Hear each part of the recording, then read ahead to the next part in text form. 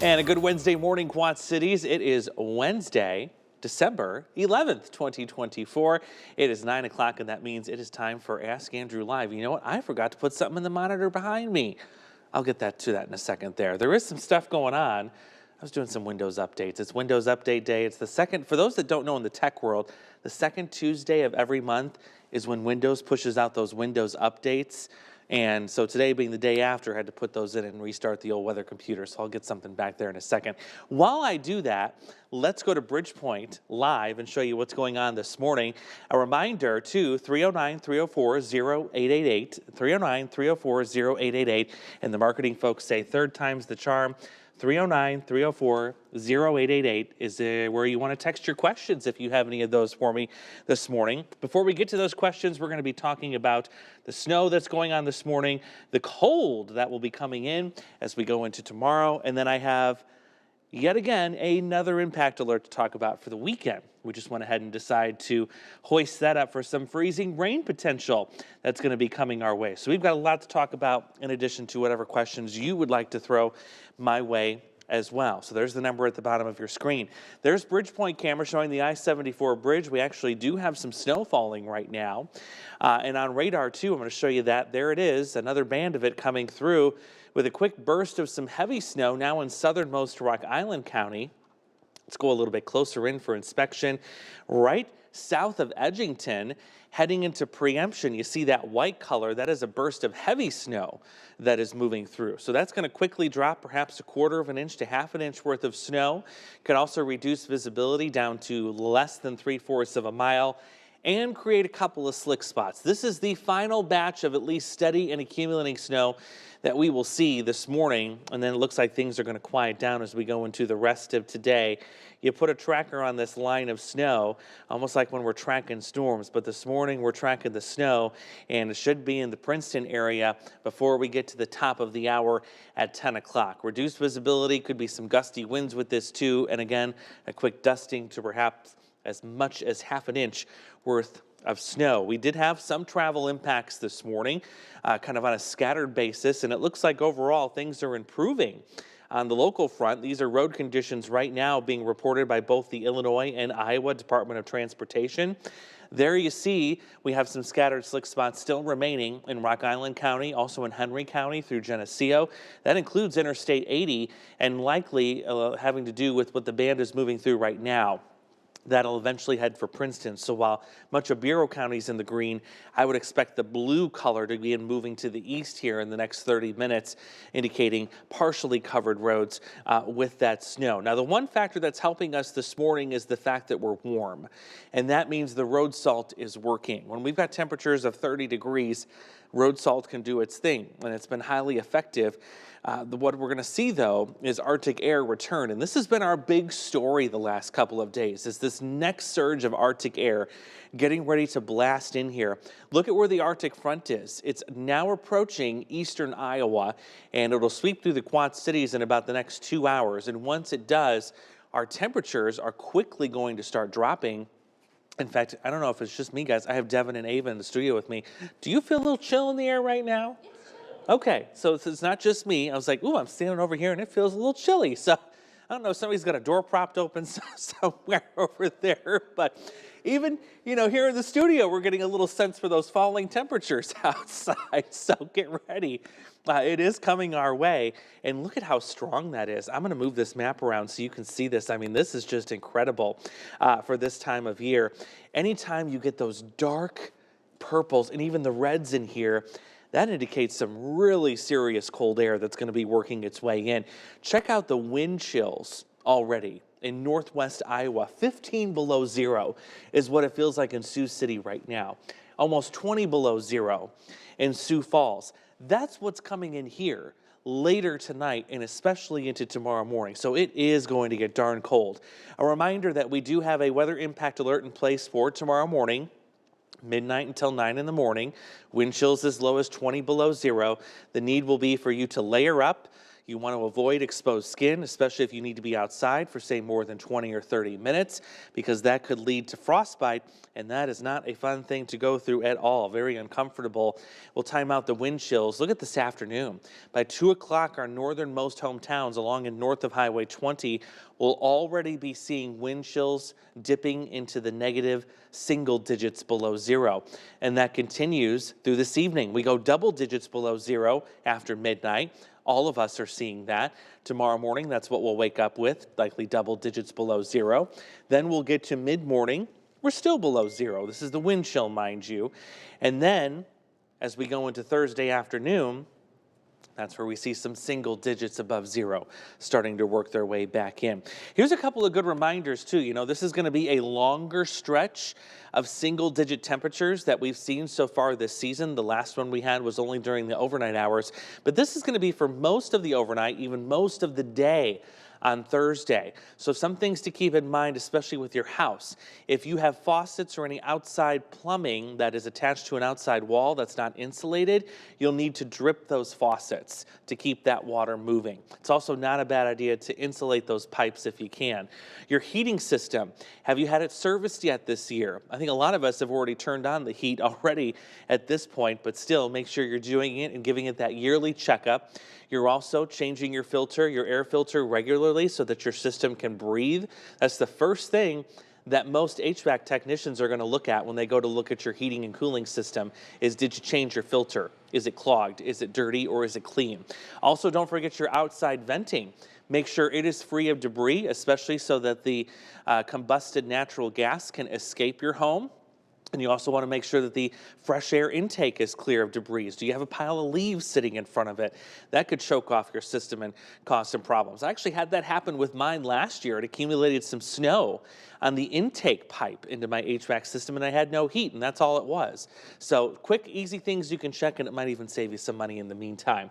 Lastly, sealed drafts. And once we get the wind going later today into tonight, you'll be able to tell where the drafts are in your house, which doors have seals that need to be replaced, what windows have issues that also need a little bit more insulation. That's going to be the time to check that out. Let's fast forward now to our second impact alert, which is going to be going on for Friday night into Saturday. Now, before then, there is going to be a band of snow for our southernmost hometowns, and that's going to be tomorrow morning into the early afternoon. Thank you, Brandy, for taking that. And there you can see it's right here. So there's Burlington, Monmouth, Macomb. That's where the next band of snow sets up tomorrow morning into the afternoon, about an inch of accumulation there. It goes away. There's no further rain, snow to talk about for the rest of Thursday. Friday morning is quiet. Friday afternoon is quiet. It's when we get to Friday night, it gets our attention here when we start to see some pink colors on the future track. What that's indicating is some freezing rain. And what's going to happen is warmer air will be moving back into the Quad Cities. Temperatures above freezing, but because we've been so cold before this arrives, the pavement's below freezing, the tree limbs and everything else is below freezing. So this rain will indeed likely be a brief period of freezing rain, and you're seeing that right here. This is 2 o'clock Saturday morning. So this is going to be while most of us are sleeping. But if you do have travel plans that take you into Friday night, early Saturday morning, that is something you're going to want to watch. Going back to the snow really quickly, there's the accumulation potential. Again, notice it's south, perhaps up to an inch as you get near Macomb and also near Burlington.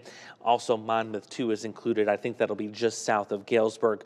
But here's the alert that we're talking about. And there you see I've divided this up. So we've got two red areas to focus on. This is the alert for tomorrow for the cold. And then we're going to do another weather impact alert for Friday night into Saturday morning for the freezing rain threat. Again, most of that while we're sleeping, but if you have travel plans, keep an eye on it. All day Saturday, once we get past that freezing rain in the morning, will be just rain.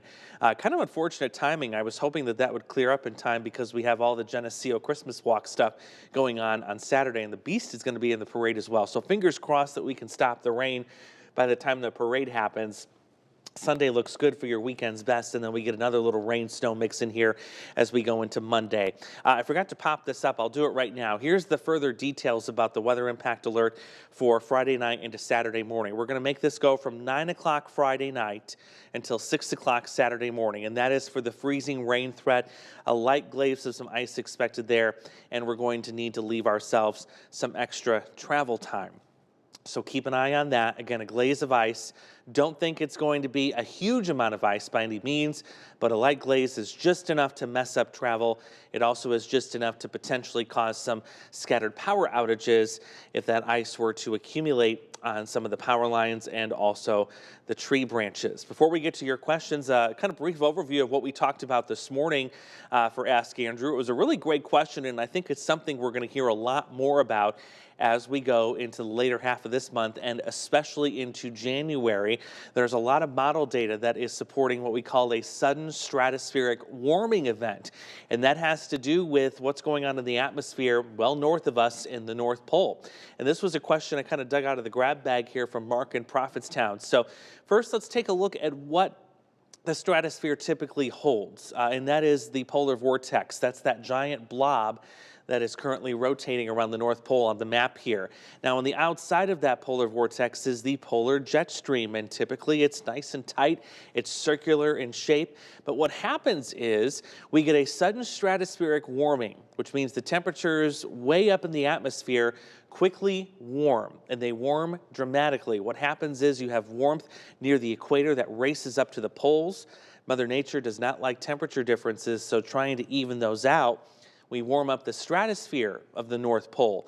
And what that does is it moves the polar vortex away from its usual home in the North Pole, either further to the west, further to the east, and in some cases, you can actually have the polar vortex split off into two different pieces and rotate around the North Pole.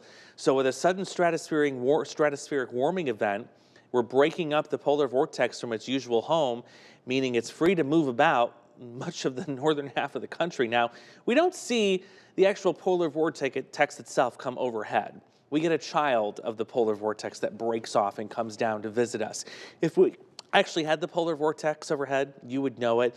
We would have temperatures of like 30 to 60 degrees below zero, not wind chills, temperatures, and the wind chills would be much, much worse than that. So it's a great question. Again, model data suggesting we could get one of these sudden stratospheric warming events later this month into January, which would mean some really, really intense cold coming down into somewhere in the north half of the country. I think the biggest question mark I've been seeing in the data so far is, does the cold air go west of the Quad Cities? Does it go over top of us? Or does it go east? There's kind of some data that's pointing toward a west surge of cold air, but there's also some data pointing to a more centralized location of the colder air. So we'll keep on top of that, and certainly I'll let you know when we start to see that signal become a little bit more clear. But again, this is something that I think you're going to hear a lot more on social media, especially as we go into the later half of this month, just beyond Christmas. We'll start to see some of that. All right, one last thing before we get to your questions. There's again a reminder of how to send those in, 309-304-0888. We are also still simulcasting this on our Facebook page too, by the way. That's another place that you can send in your questions. One last thing, and then we're going to get to the questions you have for me this morning. If you're curious what the weather looks like leading up to Christmas, it's on the 14th day now, at least Christmas Eve is, and that takes us right here to Tuesday, December 24th. And what you're going to see is next week is active. There may be one or two more systems in there Wednesday, Thursday, and that Friday time frame. But it looks like overall, going into that weekend before Christmas and into the early part of Christmas Eve, it's going to be warm and it's going to be quiet around here.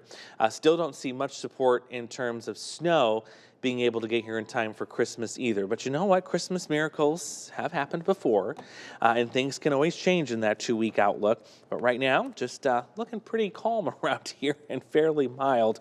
It's great news, by the way, if you need to travel, especially ground transportation heading into Christmas Eve. So again, it's the trend.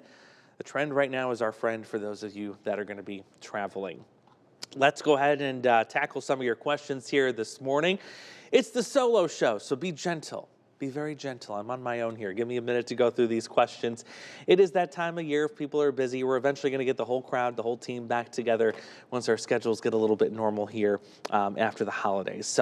So far this morning, we got a good group in here. There's about 24 of you, so thanks for joining me. And let's see what questions we can tackle here this morning. Jackson in Milan is wondering, what's the risk of frostbite or hypothermia, and how quickly can it happen in these temperatures?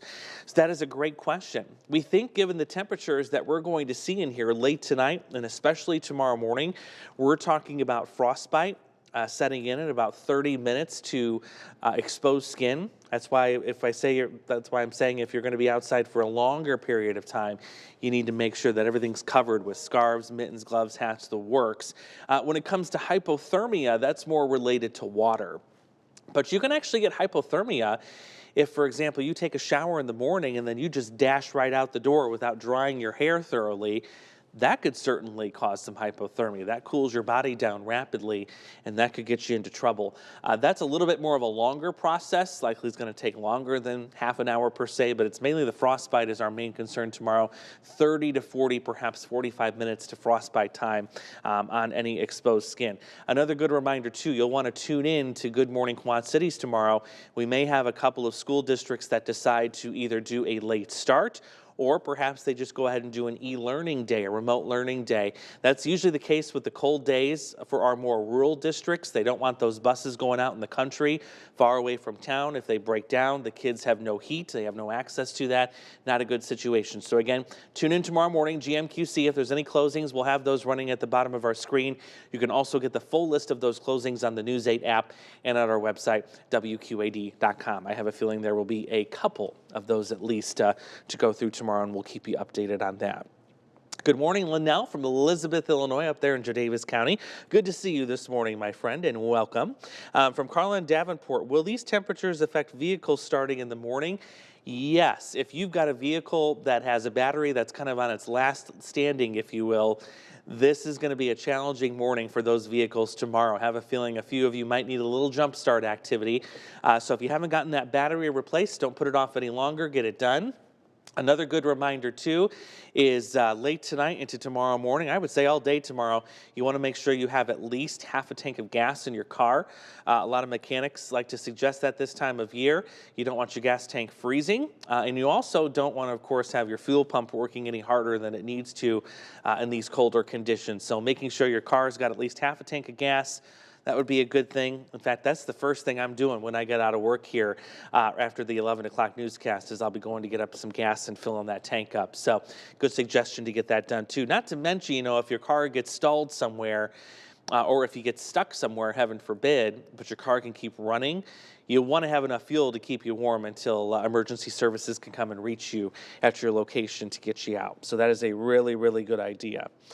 Linnell, yeah, that's a good suggestion. Those of us that have the remote start, I think that's going to get a pretty good workout as we go into tomorrow. But remember, too, the police, they're going to be honest about this shortly because it's that time of year when we're going to want to be leaving that car running and we're going to leave the keys inside thinking, oh, everything's fine.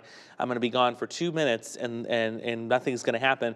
You never leave your car running with the keys in it. If you have, you know, remote keyless entry, most of the time you can walk away from the car while it's running and you can lock the doors. You still shouldn't do that anyway. In fact, I think some places really frown upon it. But remember, don't leave the car running with the keys in it. Do not do that. I'm sure we'll be reminded about that in the next couple of weeks. Brett from Macokota, a good friend there, is asking how much ice are we thinking as we go into Friday night and Saturday morning, and will that impact any local games? I don't think it's going to impact any games because of the timing of this. I'm expecting this to be much, much later on Friday, so we're going to get those games in, I think, without a problem. But if you're going to be out late, maybe you're doing the post-game thing and, you know, maybe making a little couple of rounds at some local restaurants and some other establishments. If you're going to be out past midnight, I think those are the folks that are going to see the most impact from this light glaze of ice that'll be coming our way as we go into Friday night and Saturday. Again, we're going to work on the fine-tuning. We've got kind of a big time spectrum on the graphic there of when we expect the icing to occur, but we will narrow that down as we get a little bit closer, but certainly looks like it's going to be late Friday into early Saturday. From Sarah in East Moline, how cold is too cold for my dog to be outside, even for a quick walk? My suggestion for this is if it's too cold for you, even with the basics on, the winter coat, the scarf, the hat, then it's too cold for them.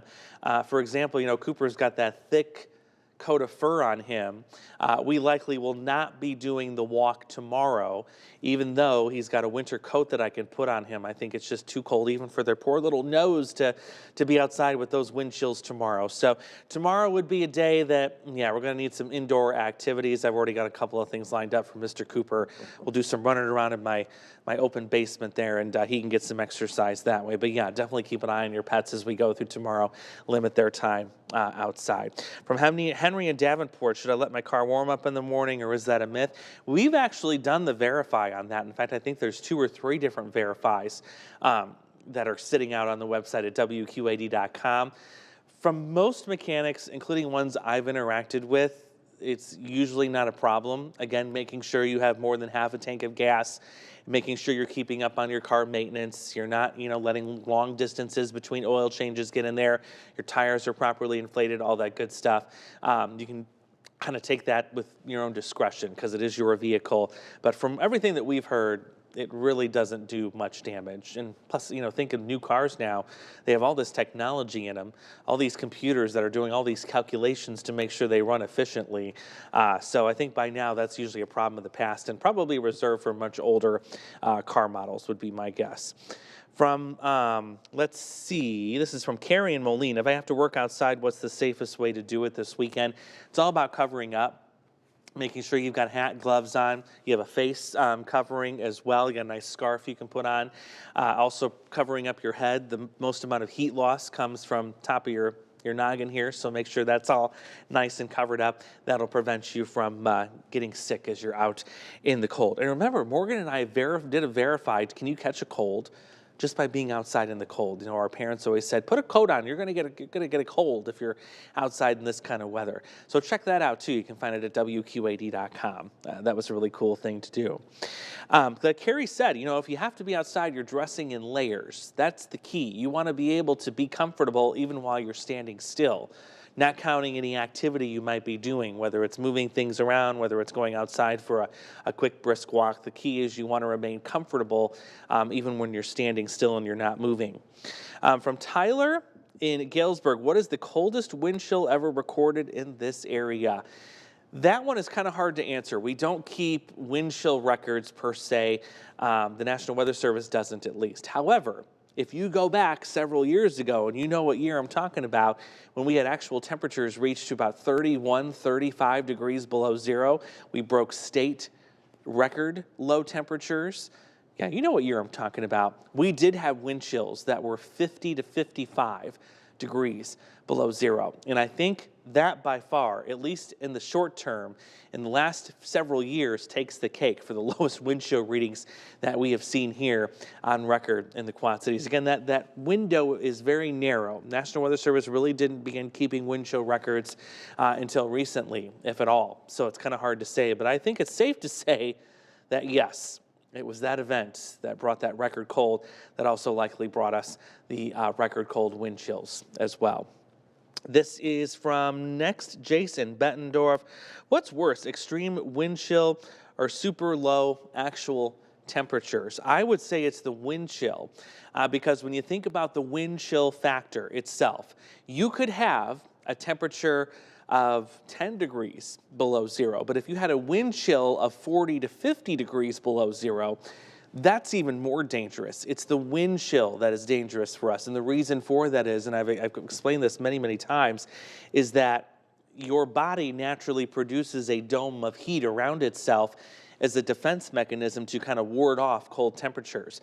But when you've got wind that essentially rips that dome of warm air away from you, your defense mechanism is gone.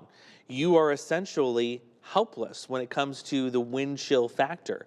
I actually have a nice graphic that I like to use to explain this, but trying to pull it up on the fly is usually a little bit difficult. In fact, there it is. Wow, it's actually going to work for me. Okay, so here's the example that I have for the wind chill. So this is on a good day when you've got very light winds. You've got that nice warm dome air surrounding you. You've got a wind speed of 3 miles an hour in this scenario. You've got a temperature of 32 and a wind chill of 28, not bad. But what happens when you pull the wind in here and you increase it even more? Same temperature, different wind speed. The strong wind rips away that dome of warm air away from you, and that 32 feels more like 20. And so your body's defense mechanism is completely gone. That means your skin is prone to frostbite. You start drying out the water in your skin. You start freezing the water in your skin. You have to remember, going back to biology, how much of a percentage of the body is made up of water. It's a huge percent, including the outer layer of your skin. So that all freezes because of all that water content. So that's why frostbite is always a significant concern with this type of weather. Great question. Hey, Marcus in Knoxville, who do you think that is? Hi, buddy. I bet you I know who that is. Yeah. By the way, Devin and Ava say hello. Brandy, our director, says hello too as well.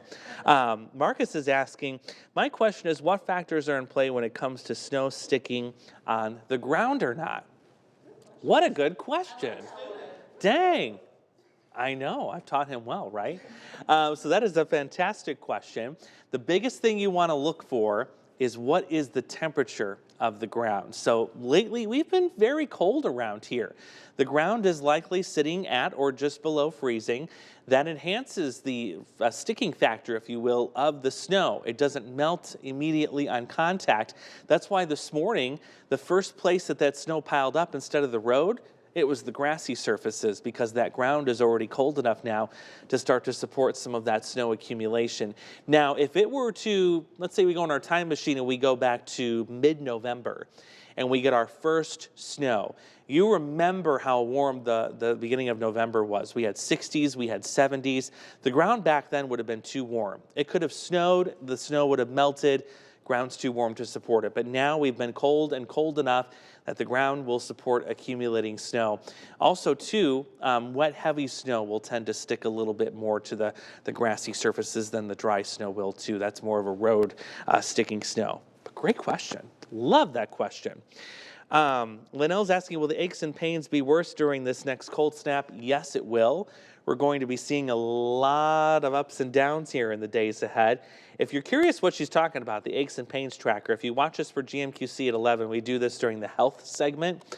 And what I do is I show you the pressure change here throughout the next several days. And as our graph is filling in the data, when you have a big rise and a big fall, where this line gets really curvy, that's where you're going to start to see some aches and pains. And look at that, as we get into the upcoming weekend, we're starting to see that go down, then we go back up early next week, and then we fall back down.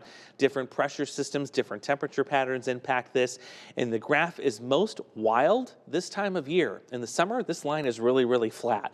But this time of year, we have all these temperature changes, we have all these storm systems pushing through. That creates the aches and pains. So hopefully you've got your favorite regimen close by ready to go to tackle some of the aches and pains that are going to be coming our way. We've also got a question from Pam in Muscatine. Does wind chill affect inanimate objects like cars, buildings, or just people? The wind chill only affects living and breathing things because the wind chill is an experience. Cars can't experience this. Nothing else can experience this. Trees, none of that. Flags on poles, they don't experience it. Buildings don't experience it. Animals experience it, though, because animals like us, they're living, they're breathing. They have feeling in their skin and in their other organs and extremities. So wind chill only impacts humans. I always give the example. You could take a glass of water and put it on your vehicle, and then take your vehicle up to 70 miles an hour per se, and the temperature is 34 degrees. While if you had a wind of 70 miles an hour in that same temperature, the wind chill would be like 10 to 20 below zero. That doesn't mean it's going to freeze the cup of water on your car that's speeding down the roadway at 70 miles an hour with a temperature that's above freezing.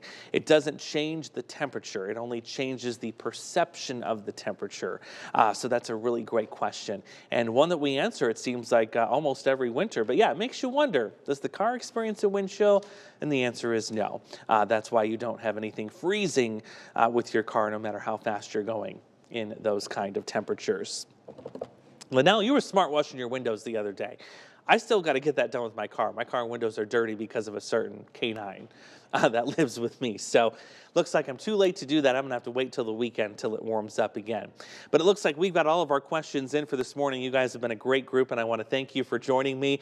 We're going to be right back here I don't think next week. Let me pull my calendar up here because I believe next week is Christmas. No, the week after next week is Christmas. I'm going to be on leave next week for the Wednesday edition. That's the 18th. So either Morgan or Peter will be stepping in for me then. And then, of course, the week after that is Christmas. So I will not see you guys for Ask Andrew Live until January 8th because New Year's Day, there is also no GMQC. So I'm going to be taking a little bit of a break, but no worries.